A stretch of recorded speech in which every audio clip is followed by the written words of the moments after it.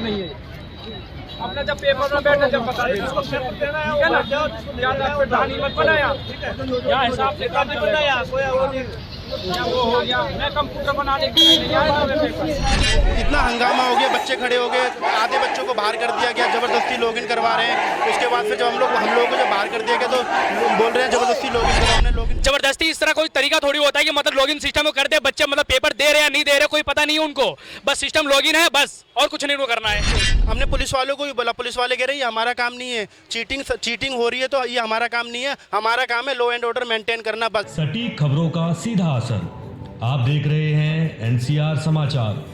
नमस्कार, मैं नमिता चौहान और आप देख रहे हैं एनसीआर समाचार। इस वक्त हम मौजूद हैं बदरपुर बॉर्डर पर और मैं आपको बता दूं जो मेरे पीछे बच्चे खड़े हैं और ये वो स्टूडेंट्स हैं जिन्होंने कल और आज भी मैं आपको बता दूं कि स्किल टेस्ट चल रहा है स्टेनोग्राफर का और इन बच्चों ने कल दिया था वो स्किल टेस्ट और इनका कहना है कि किसी भी तरह की सही मैनेजमेंट वहाँ पर इनको नहीं मिली, जिसकी वजह से इनका टेस्ट अच्छा नहीं हुआ और इनको नहीं लग रहा है कि उस टेस्ट की वजह से ये पास भी हो पाएंगे, क्योंकि आपको पता ही होगा कि ये स्टेनोग्राफी कितना मुश्किल कोर्स होता है और सालों से बच्चे इसे करते आ रहे हैं। सालों बाद ये एग्जाम हुआ था इंडिया लेवल पर और अब इनकी शिकायत है कि वो एग्जाम सही से कंडक्ट नहीं किया गया था, जिसकी वजह से बच्चों में काफी आक्रोश है और आज जगह जगह प्रोटेस्ट हो रहा है पूरे इंडिया में। तो यहाँ पर ये बच्चे भी हैं जो अपनी बात रखना चाहते हैं कि सरकार उनकी बात सुने और अपनी बातें ये सरकार तक पहुँचाना चाहते हैं, क्योंकि इनके सालों की मेहनत बर्बाद हो सकती है।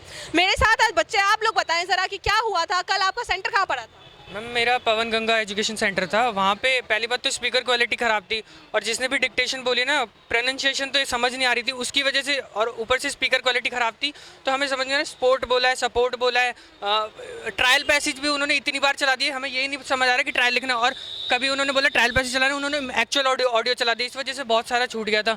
यही सारी दिक्कतें आ रही थी वहाँ पर। तो ये सबके साथ हुआ था, सिर्फ आपके साथ हुआ? यस मैम, नोएडा मेरा सेंटर पड़ा था, नोएडा सेक्टर 62। वहाँ पर एक्चुअली हुआ ये था कि मेरा एक्चुअली डी ग्रेड का एग्ज़ाम था, ठीक है। तो वहाँ पर स्पीकर एक JBL का स्पीकर था, बट साउंड क्वालिटी उसकी बहुत ज़्यादा बेकार थी, उसका प्रोनाउंसिएशन समझ में आया नहीं।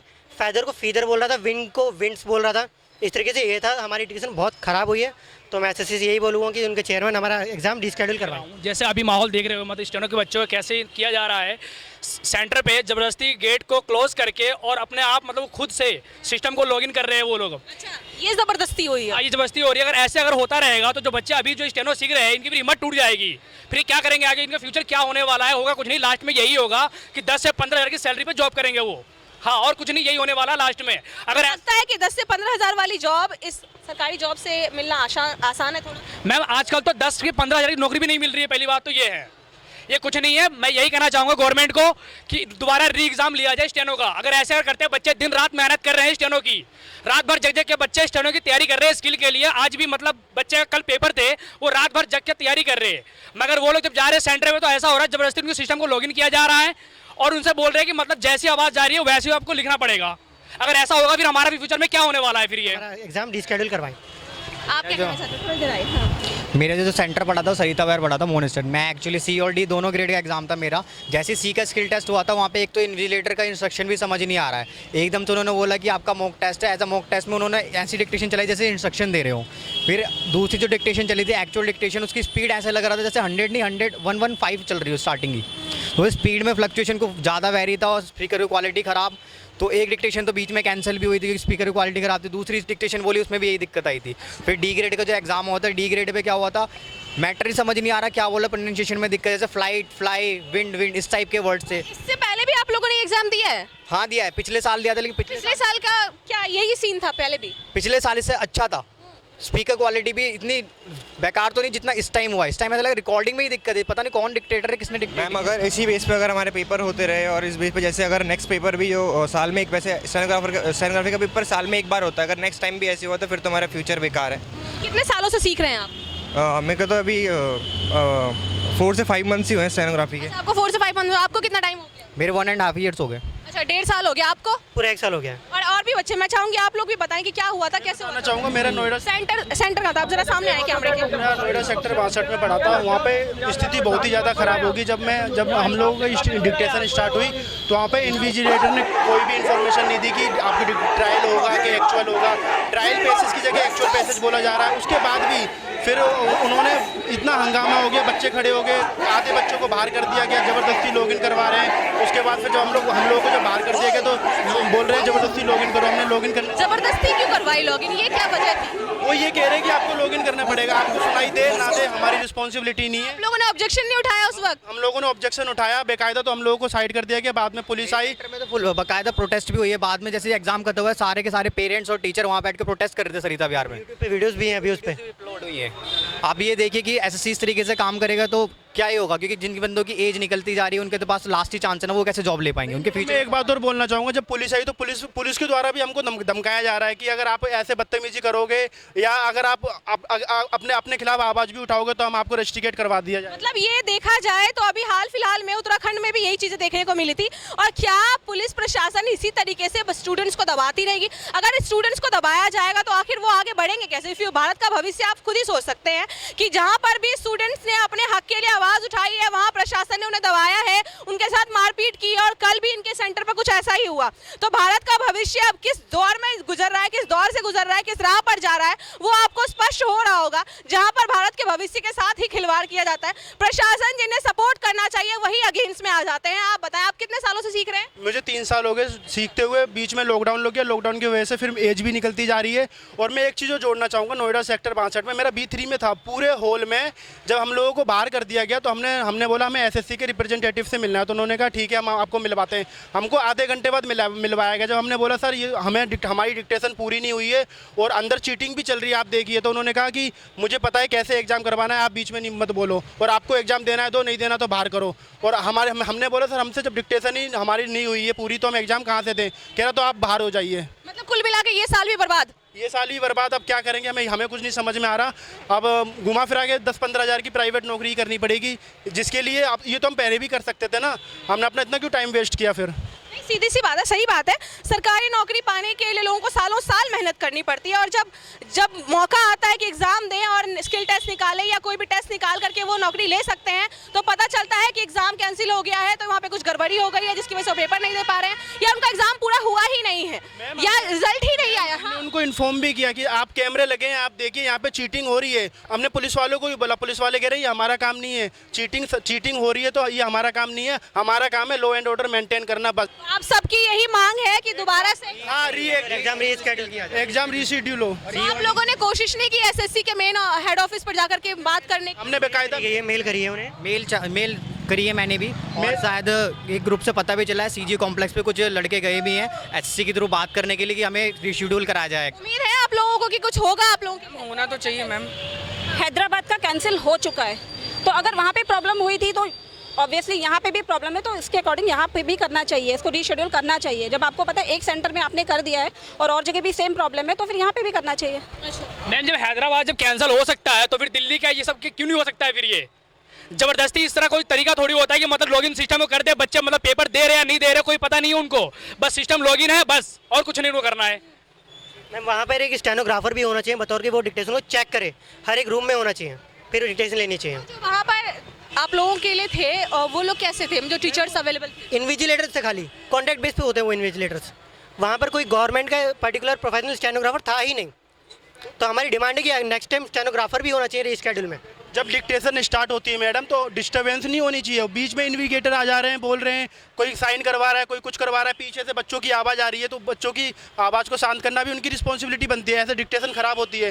पेपर मैडम सबका बिगड़ा है वहाँ पे, नोएडा 62 में सबका पेपर बिगड़ा तो है। स्पीकर की क्वालिटी खराब थी, ऊपर से पूरे इतने बड़े हॉल में सिर्फ 2 स्पीकर थे। हमने बोला हमें हमारी सीट चेंज करवाई गई, एक बार चेंज करवा दी, उसके बाद भी समझ नहीं आ रहा ट्रायल पैसेज में, तो बोला आप जैसे मर्जी है, यही है, इसी पॉसिबल है, यही कर लो बस। आप कितने सालों से सीख रहे हैं? मैम मैं 2019 से सीख रहा हूँ ये स्टेनो। मतलब कुल मिलाकर के 4 साल हो चुके हैं। अब आप सोचिए कि एक इंसान अगर 20 से 21 साल की उम्र में शुरू करता है सीखना, तो स्टेनोग्राफी थोड़ा सा डिफिकल्ट होता है सीखना। मैं खुद भी ये चीज़ कर चुकी हूँ, इसीलिए मैं बता रही हूँ, क्योंकि मैंने भी स्टेनोग्राफी का कोर्स किया हुआ है। तो ये काफ़ी डिफिकल्ट होता है सीखना, लैंग्वेज होती है एक अलग तरह की, और ऐसे में 4 साल से ये बता रहे हैं कि 4 साल से सीख रहे हैं, और 4 साल के बाद इनको एग्जाम देने का मौका मिला और अब वो एग्जाम भी क्लियर अगर नहीं हो पाता है तो इनको फिर से मेहनत करनी पड़ेगी, और ऐसे करते करते ऐसा हो सकता है कि इनकी उम्र निकल जाए। लास्ट में एक ही ऑप्शन बचेगा, प्राइवेट नौकरी, और वो प्राइवेट नौकरी के लिए भी इनको कई बार कई जगह पर धक्के खाने पड़ेंगे। तो पूरी तरह से सरकार ने ये सोच लिया है कि बच्चों को सरकारी नौकरी लेने ही नहीं देनी है। वैसे भी देखा जाए तो सारी चीज़ों का निजीकरण किया जा रहा है। हाँ, मैं एक चीज़ और ऐड करना चाहूँगा, जैसा कि देखा गया है कि डिक्टेशन एक होती है, अलग अलग डिक्टेशन नहीं होती है। एक डिक्टेशन को 3 बार बोला गया, किसी किसी में दूसरी डिक्टेशन बोली गई है, किसी लैब में, नोएडा के ही लैब में, दूसरे लैब में दूसरी डिक्टेशन बोली गई है। ये तो पार्शियलिटी हुई ना, हमसे हमारी डिक्टेशन को छोड़ दूसरी डिक्टेशन को छोड़। आप लोग कुछ कहना चाहते हैं, बताएं। जी मैम, मेरा सेंटर फरीदाबाद में पड़ा था। वहाँ का मैनेजमेंट और स्पीकर इतने ख़राब थे, हम बोल रहे थे कि हमारी क्लियर आवाज़ नहीं आ रही है, फिर भी उन्होंने बोला कि दोबारा एग्जाम नहीं होगा। और वो ये भी नहीं बता रहे थे कि हम मोक दे रहे हैं, एक्चुअल वाला डिक्टेशन दे रहे हैं। हम एक्चुअल वाले में ही मोक लिख रहे थे और मोक वाले में एक्चुअल वाले लिख रहे थे, और हमारा एग्जाम ग्रेड डी का था, जबकि उन्होंने ग्रेड सी वाला डिक्टेशन बोल दिया था हमें। तो मैनेजमेंट बहुत ख़राब था वहाँ का। एग्जाम पूरा खराब हो गया है। उस 80 की डिक्टेशन बोलनी थी हमें, लेकिन स्टार्टिंग ही हमारी 90 से हुई थी और वो मिनिमम 85 पे गई थी। 85 से ऊपर ही थी वो डिक्टेशन हमारी, जबकि हमारा एग्जाम होना था ना 80 पर। तो मैं चाहूँगी कि मतलब आप भी बताएं मैम, आप इन बच्चों को पढ़ाती हैं, आपका क्या कहना है? कई सालों से बच्चे बता रहे हैं कि वो सीख रहे हैं, और ऐसे में अगर ये चीज़ें हो रही हैं, कई बार पहले भी ऐसी चीज़ें सुनने को मिली है, तो क्या लगता है, क्या चाहती हैं आप एसएससी से, क्या कहना चाहती हैं सरकार के मैनेजमेंट को लेकर, क्या कहना चाहती हैं? देखिए, इतने सालों से हम लोग पढ़ा रहे हैं, इतने सालों के एक्सपीरियंस में ऐसा तो खैर हुआ नहीं है, ये फर्स्ट टाइम हुआ और बहुत ही गलत हुआ है।